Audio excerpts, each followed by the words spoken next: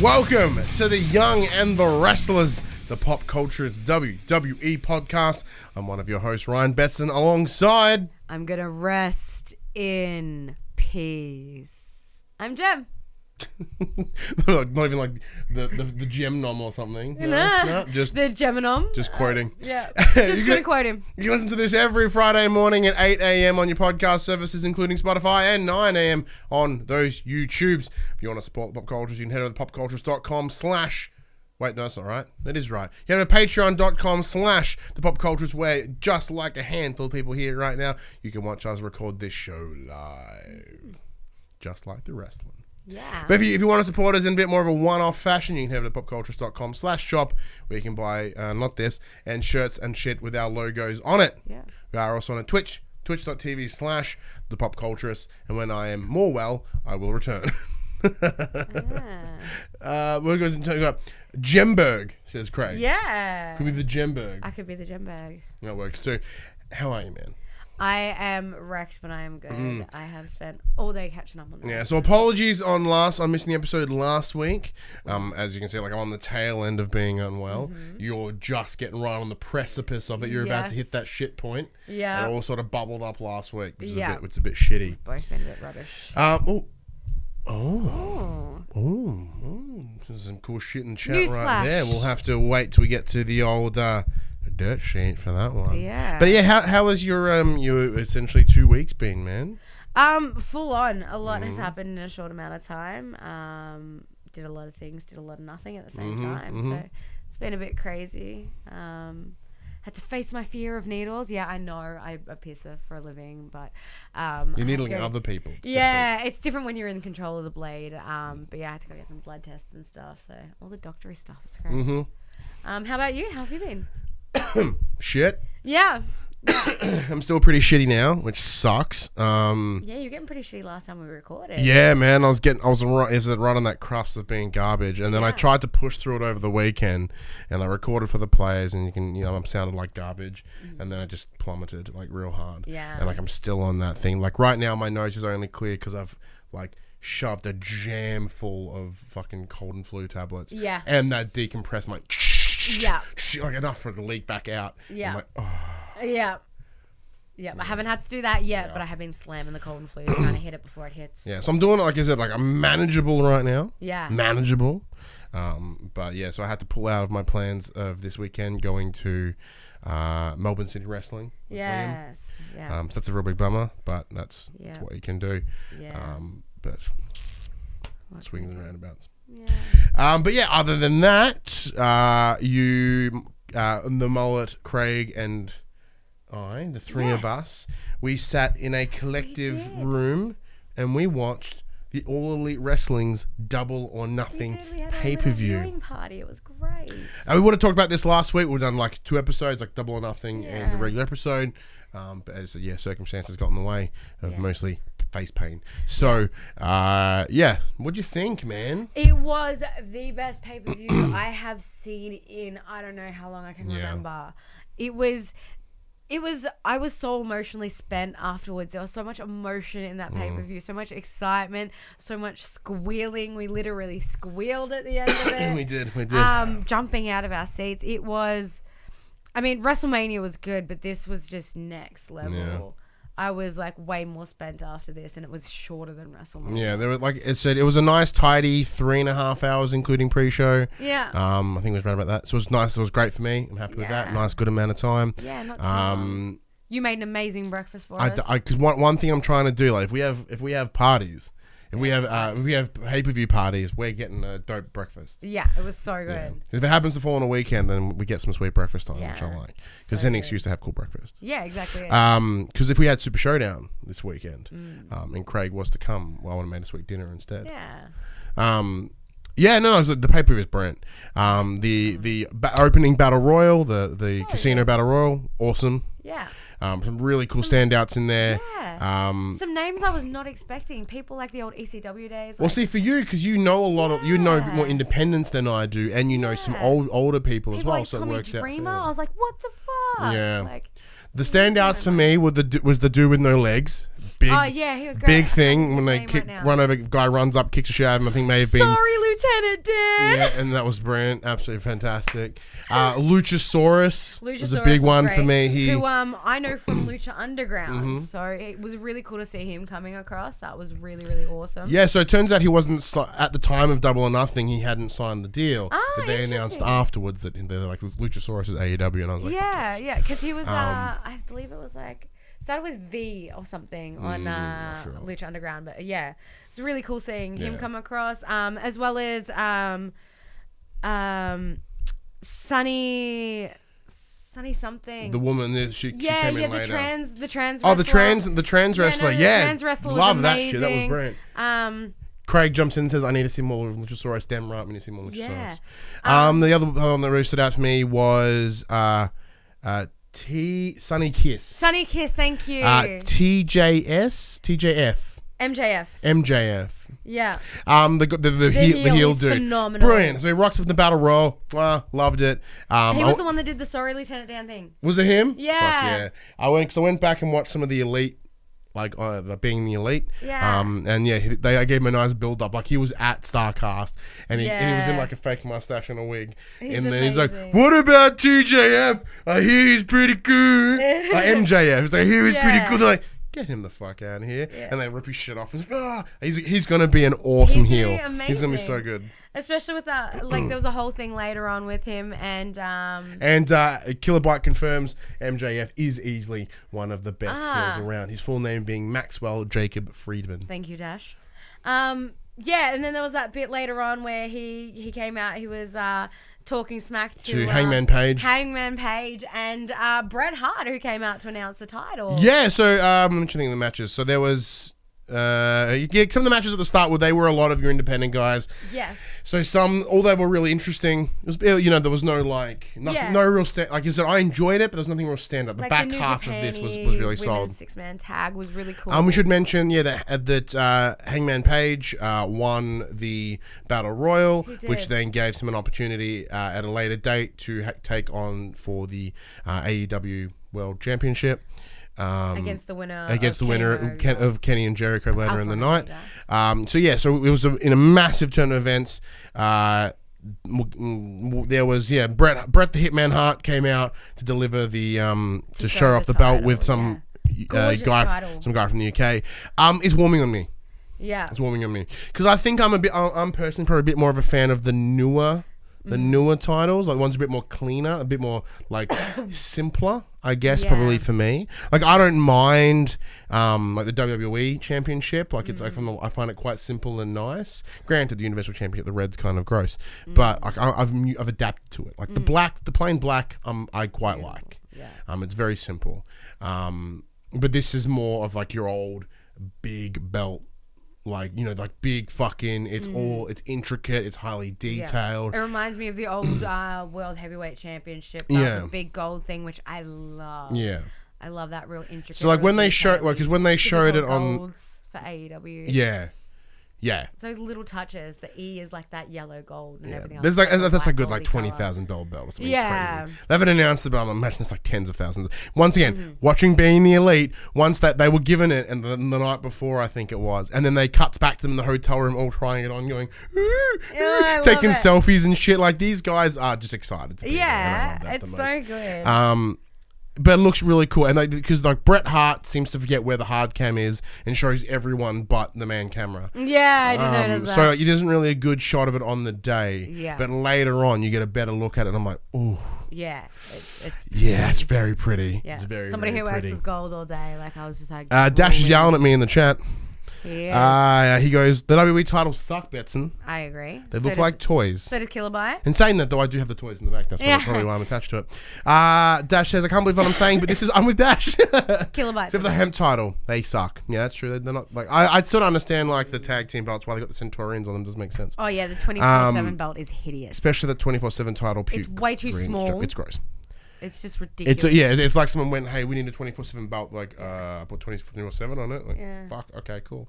No, it's not very cool. But yeah, that was very cool to have Bret there. So it was a lot of Old nonsense. Old nonsense. Yeah, but yeah, so then MJF came out and started ragging on Bret Hart and ragging on Paige. Yeah. And then Havoc came out as well as Jungle Boy. Jungle Boy, who is Luke Perry's kid. Yeah, like really 90210 Luke Perry. Because I was like, this kid looks familiar. And they're like, Luke Perry's son, like Jungle Boy. And I was like, oh, wow. Like the late Luke Perry, may he rest in peace. Yeah. But I was like, no wonder this kid looks familiar. Yeah. But there were so many names in it that I was so interested to see. Like, yeah, the big back end matches are what were brilliant. But we'll go in consecutive order. So first it was was it the Rhodes? First was the Rhodes. So first it was the Battle of the Rhodes. So Cody versus Dustin. Fucking exceptional match. Amazing. Absolutely. Even the small touches, like, you know, Brandy like did some sort of attack on the outside of the ring on Dustin, and then like just her getting booted out and the ref doing the whole like out of here, and like it was just even though DDP comes out and picks her and takes her out of the ring. DDP like literally came out and DDP for crying out loud. Yeah, I'm sure I also mention the throne. So when Cody does enter, before we see a video package first, and already granted AEW have had like an almost an unlimited amount of time to get ready for this pay-per-view. So like the video editing, the video soft packages are fucking dope. Even all the art is excellent. Just even the card pictures where it's two and something in the middle, like they just look tight and they look really, really nice. So Cody comes out. There's the big throne in the middle, very reminiscent of Triple H's shit. Like it's a king's throne. There's iconography of the skulls, the big iron cross, and he comes and he blows it with a sledgehammer. Walks out to the ring. Brandy pulls out a sledgehammer. I like it because it's a little bit of a jab. I hope these don't continue. No, I think AEW would benefit by being above WWE. And not doing those sort of things. I still dug it for the time though. Yeah, at that moment I'm like, fuck yeah. Because I believe this match is a big symbolism around WWE. With Cody being off and Dustin, who was Goldust WWE, just coming back, and because this was a Fury blood match. Like this was a blow for blow. Like a big blowout. Sorry, this was the one like. In terms of the storytelling, just the iconography of him blowing out everywhere, this was a bloodletting. This is removing the poison of WWE. Like this is him refreshing. Like this is burying old hatchets. This match was just fucking stunning. And bloody as hell. And even Goldust hadn't been on TV since I started watching again. Cody, I saw him at Stardust like forever ago. So like I don't have like that long history with these guys in terms of storytelling. But the way that match ends, I cried. Like just you said, like not having that long history, just the storytelling within that match was enough to bring the three of us to tears. Just in that delivery at the end, and we'll get to that in just a sec. And obviously you coming with fresh eyes, it says a lot about how much they can tell a story. In such a short amount of time. Just by watching the match and just how these guys tell that fucking awesome story. So good, which obviously like something like I've been watching my entire life, and I've seen them and what they've been through, and you know, for me, it was like, I guess it ran a bit deeper, but it was still so damn emotional. Like I was weeping like a child. I watched it again, like 4 hours later with Dylan, cried again. It's so emotional because like no matter how much you watch it, the storytelling is so strong and so powerful that it's going to get you every time. So this was the old idea, the battle of the brothers. It was essentially the Clegane Bowl of wrestling, I should say. So it was just these brothers that have had this feud and prove who's the best sort of thing, right? So it did end with Dustin in the corner looking like he's ready to take off his boots and because this was kind of never stated but very heavily implied this was his last match. It was his retirement match. So as he's in the corner, because once again this massive emotional story, like this huge crowd moment, Dusty, Dusty, like remember, I'm feeling that now, shouting to their dad, and it's just having Dustin sitting in that corner, sort of, weeping and, sort of letting it all out. Because this is what this match was. It was all, it was about letting it all out. And because Cody leaves, comes back in, and I'm like, fuck, dude, like you've done enough damage. You've done enough. He's Like, literally you've done what needed. Like this man's lying in a pool of his own blood at this point. Yeah. And essentially along the lines of when we created AEW, I put my name down on a bit of paper for a tag match at For the Fallen, which was their pay-per-view coming a little bit later, for a tag team against the Young Bucks with a partner of my choosing. And I was like, oh shit. Yeah. But then it goes, like, I don't need a partner. I'm like, fuck. It's like, I don't need a do? friend. I'm like, oh. It's like, I need my older brother. And like his voice breaks in just the right moment. The second his voice breaks, I was like, and they exchange and they cry and they fucking hug it out. And at this point in time, that is my match of this year, and if not the match since I started watching wrestling. Like I've had moments of like great matches and emotional moments, but the way this match brought both of those together and delivered something fucking exceptional. Like it just makes me more excited to what we're seeing, because like in terms of what like the amount of blood, because there was blading. There was like you can see the blading when Brandy attacks him outside. Dustin kind of rolls into under the ring. You kind of see him go to town, and like sets a baseline of what AEW is going to be. In terms of like, this is not your PG shit. This is something bigger. It's something more adult, and like so much blood. It was so much blood, and like it was almost uncomfortable to watch. And like Cody going from this bleach blonde white guy to just pink. In red. He was literally pink. Yeah. And like just watching that, and because that adds it to, I can't praise it enough. I simply cannot. It was so damn good. It was amazing. Let us know. I've just gushed for like 10 minutes. It was full on. I think for me, especially because I've watched for a lot of years, I've seen some amazing matches, and at the moment I'm seeing a lot of all my favorites retire and things like that, and that's super emotional as well. Somebody you're growing up with, like literally like saying, "Hi, I have to leave now. I'm too old for this. I'm too damaged for this." But then seeing something like this, seeing something that like I wish I have had in the WWE, but it never came to play. It was hugely emotional, and honestly, like it's my favorite match since I can remember with wrestling. It is that iconic, and AEW have done it, and they've done it right. Cody knows what he's doing, and he's like executing it beautifully.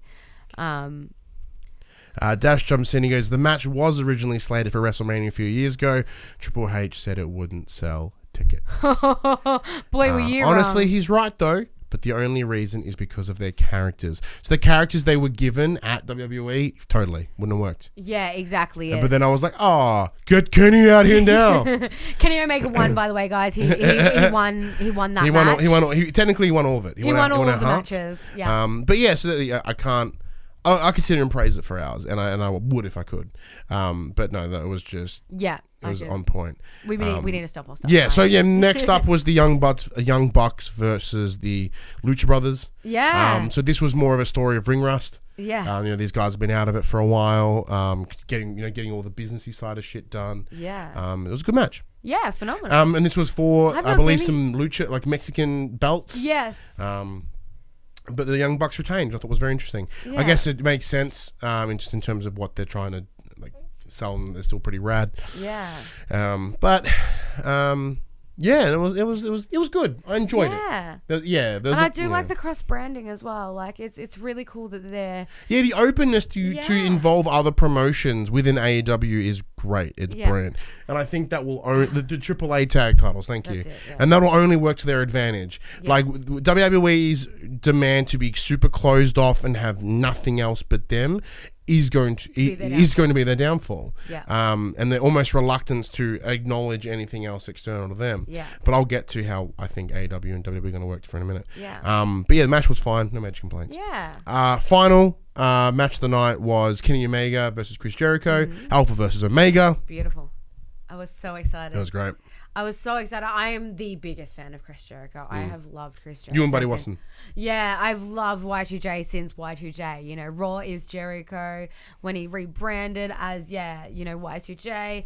I've always loved everything Chris Jericho does, even when it's been so stupid. Like, you just made the list. Like, best thing ever. So you would have loved the intro with like him all. So his intro initially, like you see somebody come out and they've got like a Lionheart jacket on, and I was like, that looks like Kenny Omega. Is he mocking this right now? Yeah. And then you see another guy and he's like holding the like list thing and he's got the pen and he goes like this. And again, it looks like Kenny Omega and everybody looked like Kenny Omega. I was like, is Kenny mocking Chris Jericho's little like entrance? And he's like, little snippets of Y2J's errors. And then no, like it's Chris Jericho. He comes out and I was like, I see what he did there. That's great. It was the coolest entrance I have seen in so long. I really enjoy this older Chris Jericho, like whiskey belly Chris Jericho. Big fan. Yeah, it's just his stock because like dad bod rock star. In terms of everyone else being all nicely chiseled and shit, he's just got his rockin' dad. And like, and look, you look at me like, you're strong in there. Like, it's not like a gut like mine. Yeah. Like, it's sturdy in there. Yeah. And they showed a video beforehand of him, like, training and stuff like that. And he was beating a guy up. Like, he's definitely a strong dude. Yeah. And then Kenny comes in dressed in a character from Kirito from Sword Art Online. I don't know, some anime cool. shit. I was like, this looks familiar. And then somebody mentioned it on Twitter. And I was like, Kirito, I knew it. Like, that was so cool. And I'm sure Dash loves it. Yeah, I was really excited. I've only watched abridged Sword Art. And it's fucking hilarious. Watch the abridged version. Killer match. Kenny Omega breaks his fucking nose in like 3 minutes. Yeah. And unlike what we just saw at Money in the Bank. Yeah. With Joe breaking his nose, they're like, oh fuck, let's stop this match now. They just kept push right through. Yeah. They just kept So Kenny, going. with the inability to breathe properly, managed to just go through this entire match. Yeah, and awesome. then some. Amazing. Awesome. Like it was a really good, just like heavy blows from Jericho and. There was multiple attempts at the one-winged angel, which is a move that I fucking love because it looks so gnarly. I love the V trigger as well. The V trigger looks like it just looks like a fucking slam to the side of the face. Yeah. But it did end. A few walls of Jericho, which I was like, yeah. Yeah, a few walls. Yeah. Yeah. It did end with the Judas elbow, which is just back elbow, like a spinning back elbow. It looked like balls. Yeah. It looked so dumb. Yeah. Credit to Kenny. He sold that shit. He was like, yeah. And I think it was like the second one of the night too. And they tried one attempt, but only one. Yes. Yeah, because like in terms of trying to sell a finisher, you do it once and you wreck them. That's sort of the plan. Like an RKO. Like an RKO of course, fucking ruins people. Dash also agrees. He believes that fucking elbow was stupid. Yeah, and I agree. Yeah, dumb. Although it did end with the elbow. You know, Jericho's yelling at the crowd like, "Fucking thank me." Blah, blah. Thanking me. I won. I beat Kenny Omega. A moment that we popped our fucking little titties off. We blew the shit up the when crowd starts screaming. John fucking Moxley comes in from the crowd. You'll all know him as Dean Ambrose, dude. And it's the best thing about it is because I didn't think him leaving was a work. I thought there would be time away. Yes. And I thought he would come. Like my personal belief was he will come back later in the year, SummerSlam-ish. Like give him some time off, and he'll come back and he'll turn heel on Reigns. Like they'll get Reigns' current story out of the way. Dean will come back, and then that'll be the end of it, right? And that'll be his tidy end. Yeah. But no. Yeah. I have never been so happy to be wrong. Yeah. You hear the crowd go off, and then all of a sudden it cuts to John Moxley like powering through like Shield days through the crowd, coming out to the ring, just lays like gets into the ring. Jericho's like, "What are you doing here? You don't work here." And then Dirty Deeds, which it don't think has a name anymore. Like watching a match yesterday, I think it's just called a backwards arm DDT or something. Like who knows? But yeah, just beautiful. We're going to call it the Dirty Deeds. Yeah. Beautiful, flawless, seamless, just completely takes out Jericho. And then the ref comes in. He's like, what the fuck doing? Yeah. And then he just, and racks him again, which is absolutely brilliant. So we squealed so loud at John Moxley coming out that I'm pretty sure I deafened Mullet's right ear. Yeah. I was on the right side of him. He claims he's still deaf. Yeah, you literally high-pitched squealed. I squealed and I jumped. I was so excited. It was brilliant. Oops. Yeah, and then he proceeds to almost get Kenny, picks Kenny up, goes to give him the Dirty Deeds as well. Big old busting out the thing, thrown over the edge. He says whatever. A little like backstage, a little like falls can't anywhere, sort of in the crowd, busting about. Bins and shit got thrown at each other. They did eventually get up onto the display of these big coins. Big poker chips. Brilliant DDT up there. Yeah. Fuck, I love awesome. DDTs, man. I don't know. They just look like when sold right, they are just So exceptional. and it would have been so hard to do up on that little like chip stack, but it was just flawlessly done. Yeah, and just ending with John Moxley just staring at the screen like yelling was just beautiful. Yeah, and then he just picks up Kenny and fucking like almost AA Yeah. throws him into the stage. Yeah, Now, he threw him off. I'm sure it was Beautiful. pre-planned, as these things always are, but the stage blew apart in such a way. Like, when we see like WrestleMania, forget. Oh, yeah. Where the Miz and Shane went through. Yeah, like you can tell that's just a big foam bed, right? Because Yeah. they shot it intentionally that way, so you never saw it, and it happened to crumble. But like, it looked fucking brutal. It looked like, solid. It looked like straight watching plastic. once again when you watch the episode of Being the Elite, you see it from a different angle, Yeah. and you see Kenny bounce. Yeah, Like it's like fuck. not as in like a bounce of that was a cushion. It's like fuck, you just bounced off half a hard mat. Yeah, Like shit. dude, and I'm then gonna have to watch Being the Elite. I haven't that seen it memory yet. card's got full, so I have to use that now. Oh no. It's all right, doesn't matter. We've been speaking for like half an hour, so it's It's absolutely ridiculously phenomenal. I'm gonna stop that flash and you keep talking. Yeah, I absolutely loved how close the crowd was to the ring as well. It was like your typical like indie house show. Like everything was super confined. I love the silly little nods they made where they were like, we've sold out like to 18,000 people here at the MGM Garden Grand Arena, yeah. and they were like, I'm pretty sure we can only fit like 13,000 in here. Oh no, they said 15,000. He's like, I'm pretty sure we can only fit like 13,000 in here. Yeah. And they're like, It's wrestling. You round up. we round up. It was so good. Just little things like that. Like those little nods were like amazing. It was just so tongue in cheek, but it was so like serious at the same time. And it was just a beautiful, beautiful pay-per-view. It was fucking astounding. It was, it's like I said, it's one of my favorites so far. Yeah. Nothing has topped this yet. Nothing. Not even John Cena showing up and doing like See, old school John Cena. Now, in terms of a comparison here, this is where I'm going to get at. So, do I think that these guys are going to be the downfall of WWE? No. No, WWE is an I think they do certainly need to be treated as separate. And I mean that in terms of they're selling different products. Yes. Like WWE is selling that PG stuff over here, which, although we watch as adults, isn't for us. Yes. It's for kids. Yes. That's fine. And there's nothing wrong with that. Yeah. You know what I mean? And like, we still get enjoyment out of it sometimes.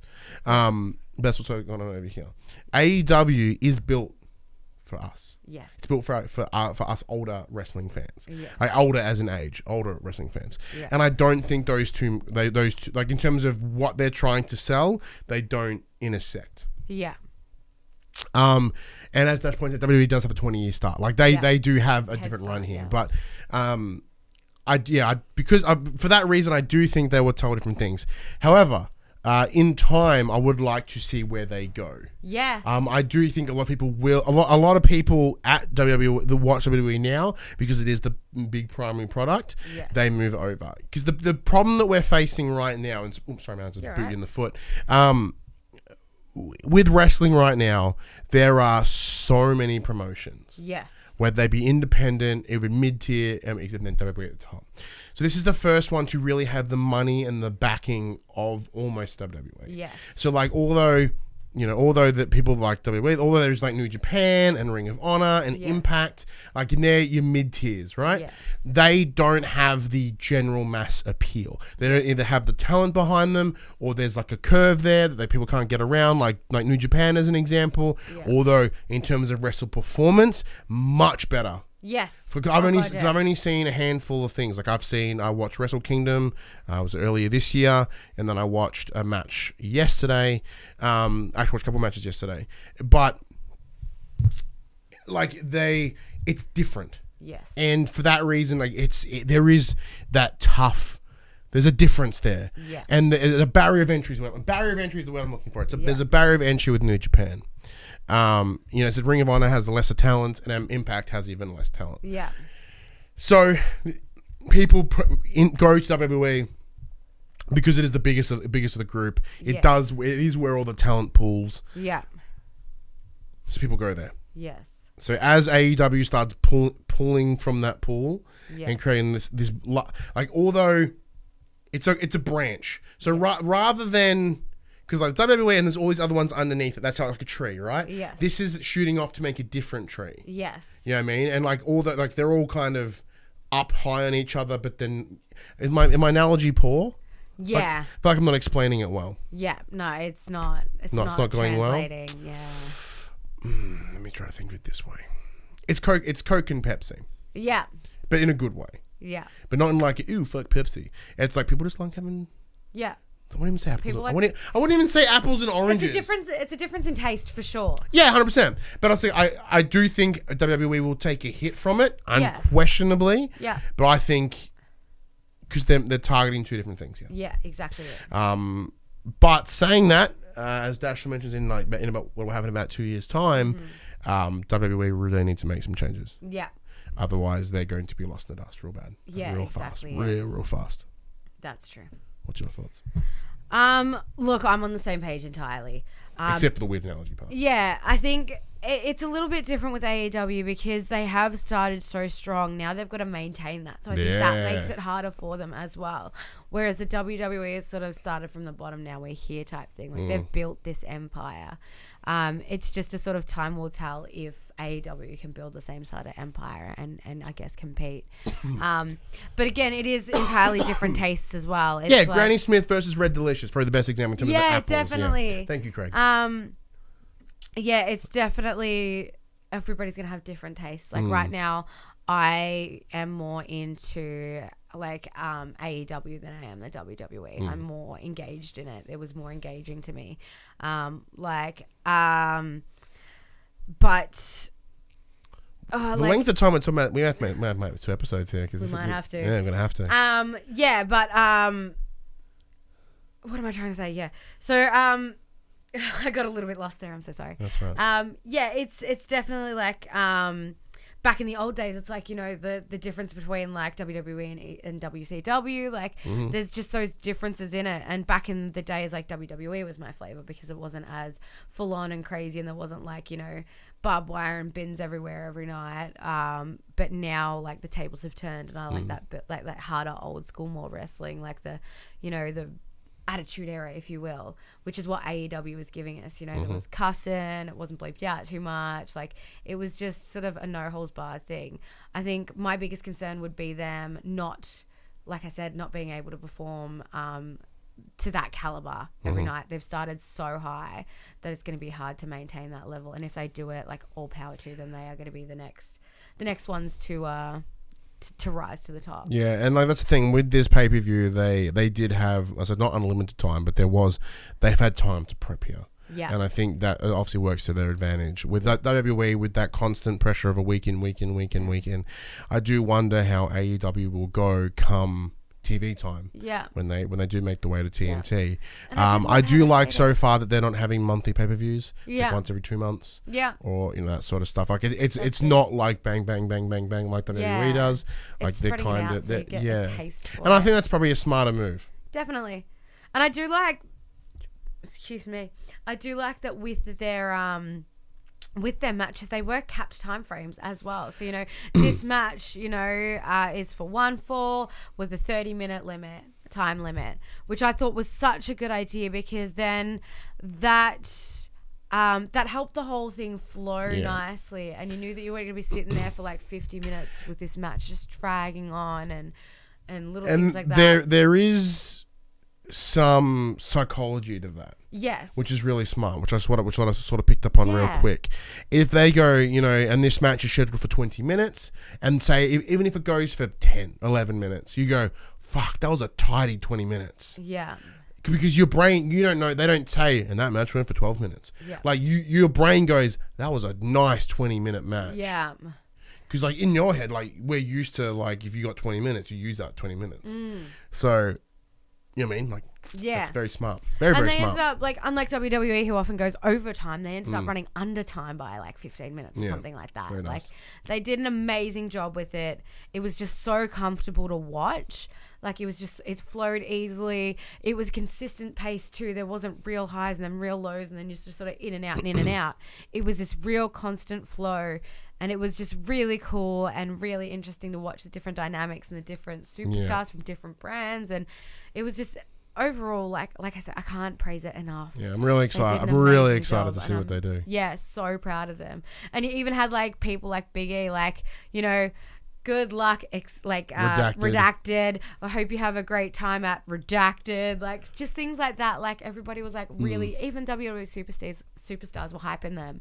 And that was really cool to see as well, that, you know, Very even much. though they're on a different brand, they can still respect what these guys are doing and praise them. Yeah, for they that. understand the power of what they're doing. Yeah, right now. exactly. Yeah. But anyways, we're going to have to do 2 episodes because we're going to Yeah. have to cut this one separate. So let us know what you thought of Double or Nothing AEW and what the future holds for All Elite Wrestling in those comments below. Facebook, Discord, all those links are in the description below. We're going to cut this one very quick at the end here because we're going to record another episode. So thank you, Ryan, Jem. Yeah. YouTube, Facebook, Fridays, 8, 9 a.m., whatever it is. See you in the next one. Wrap that one up real fucking quick.